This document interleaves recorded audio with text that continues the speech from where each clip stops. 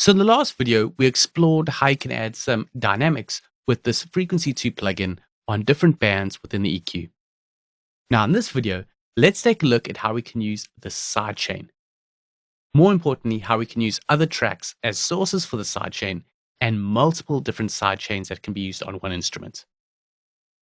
Now, taking a listen here, hear how the vocal and the sort of sawtooth synth over here are clashing just because this is quite a rich sound and it's sitting in the same frequency area as the vocals. Brought the wreckage and I brought it home, and I know it was. For example, if I go over onto this super saw synth and I go over to the channel EQ, I'm going to look at the EQ here for that synth using this sort of meter of here. Brought the wreckage And then for the second source, I'm going to use the vocals. home, and I know it was. So the vocals are sitting around about, let's say 1000 or 800, 900 hertz. And I want this synth to duck down, but I only want it to duck down when there's those vocals. So just remembering that sort of frequency area, I'm going to jump across and add an instance of frequency onto this instrument. Now we said round about, probably use band 5, was around about 800, 900 hertz.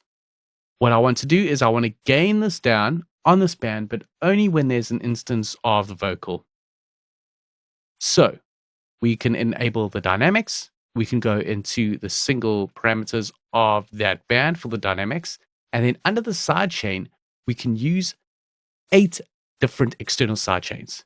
But first we need to enable the sidechain.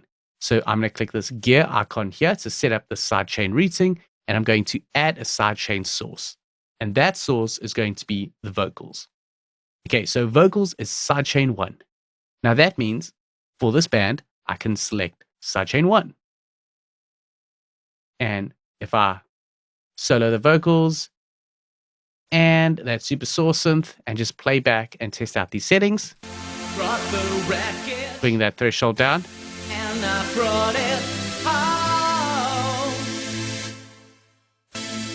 have the release longer, For the future, for the wreckage to come.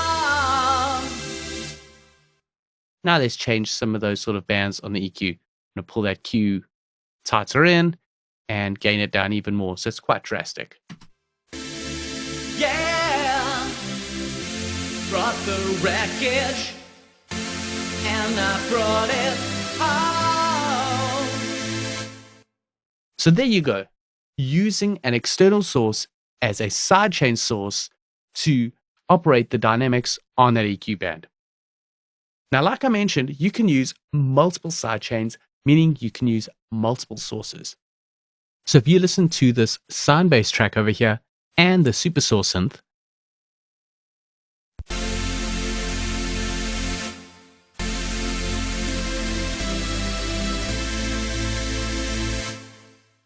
there's a sort of tail of that saw synth, but that bass is sort of sitting in the low registers. For example, if I go back again to the channel EQ for the saw synth and use the sound bass as a sort of second reference,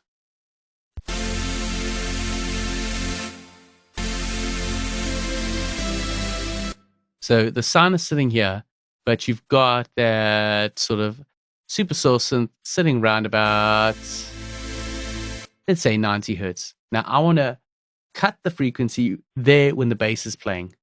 So when you have those tails of that saw synth coming back in, it's going to pull back up. So going back to frequency, here we can go to this first band here. I'm going to change it to a low shelf, pull this down, and we set it at about 90 hertz. Yeah, so there. Then we're going to enable the dynamics. And for the side chaining, we're going to create another sidechain source. this is going to be the sine bass. So that is sidechain 2. So for the sidechain input, select sidechain 2. And now let's tweak some of those parameters.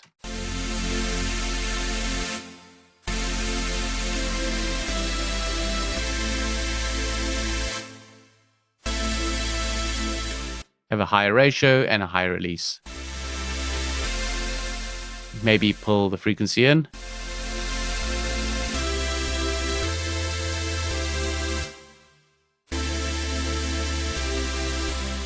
So let's take a closer look at what we've done here. I'm going to bring the vocals back in. So this is quite a complex EQ process now using Frequency2. We've got a dip in this area, but it only dips the frequency on this instrument when it detects the vocals playing over here as a source. Then in the lower section, we've got a low shelf. This monitors the bass input, and when the bass stops playing, it releases that EQ in that area. So watching these two graphs over here of the EQ, see how the dynamics is changing quite a bit, and it's quite a complex process for EQing on this track. Brought the wreckage, and I brought it home. Now within the context of the full mix. Brought the wreckage, and I brought it home. Bringing these drums down a bit. For the future, for the wreckage to come. Yeah. So I hope that gives you an eye-opener into how powerful Frequency2 now is as a dynamic EQ and the sidechain inputs that you can add in to create even further dynamics on your audio. So definitely test this out in your productions and hear how it compares just to the standard EQ to when you add some more dynamics in. I'll catch you in the next video.